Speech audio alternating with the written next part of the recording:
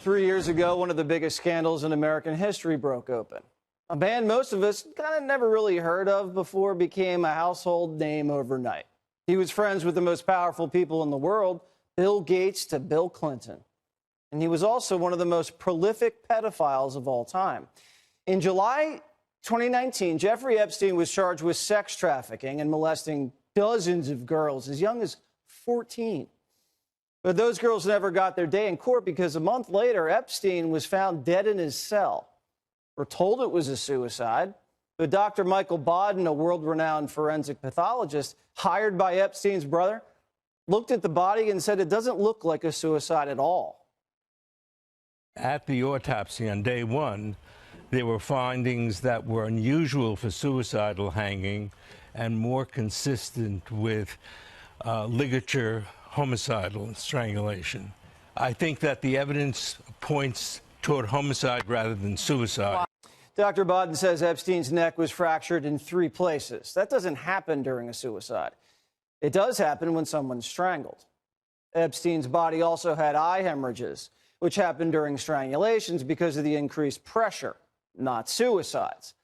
Now, the feds say Epstein hung himself with a bed sheet, but the pattern on the sheet didn't match the one on his neck. Epstein could have also used the cord of his sleep apnea machine to hang himself, but he instead chose to spend an hour making a noose with his sheets, also according to the feds. Obviously, nothing adds up, but the feds still say it's suicide. And this week, Business Insider looked into the Epstein case and raised a very important question. Why has it taken almost 3 years for the Inspector General to release a report on Epstein's death? Other Inspector General investigations over Hillary's emails or the Russia hoax just took like 1.5 years. Now, if this is just a suicide, it shouldn't be that complicated. But covering up a hit this sloppy takes time. First, prison guards were supposed to check in on Epstein every half hour. And the night he died, they fell asleep. Didn't check on him until the morning when they found him dead. Now, we don't know if Epstein was actually hanging because the 2 guards moved his body once they found him.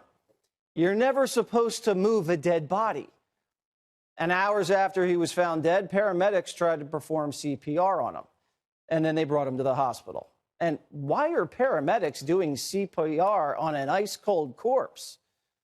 And why didn't people draw a chalk outline and take pictures? That never happened. Now, something Primetime's never shared before, but we thought now would be a good time to do it. When I was taken to the emergency room when my back went out, I found out that the same EMT that scooped me up was also the first paramedic on the scene to see Epstein's body in the cell. And he told me something as I was being whisked away to the hospital. He said the scene in the jail was unlike anything he's ever seen before. People moving the body, tons of people in the cell, items being moved around in the cell. Now, unfortunately, I never got the paramedic's name because I was rushed into the emergency room in severe pain. Now, Epstein's cellmate was also moved to another cell the night before he died, so he was all alone. Now, none of this is on tape because the camera in Epstein's cell and the one in the hallway were both broken that night. So who were the other inmates in Epstein's block that night? Well, we don't know. The DOJ won't tell us. So what are they hiding? Epstein's brother says he believes his sibling was murdered. The Justice Department won't take his calls. And Epstein had plenty of reasons to live, according to his brother. He was optimistic in the days before he killed himself. His lawyers were appealing his bail, and they had already ready to, $100 million on the table? House arrest in a mansion doesn't seem that bad. Epstein had signed a sweetheart deal with the feds 10 years earlier that protected him from prosecution, he thought. So he thought he'd walk. So if the Department of Justice Inspector General's doing a legitimate report, you'd think they would have contacted Dr. Biden. They haven't. You'd think they would have contacted Ghislaine Maxwell. They haven't.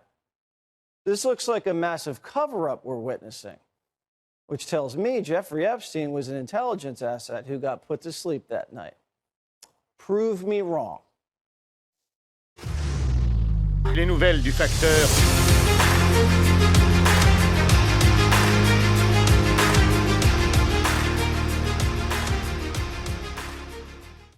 Pour ceux qui veulent soutenir notre travail, les liens sont en description.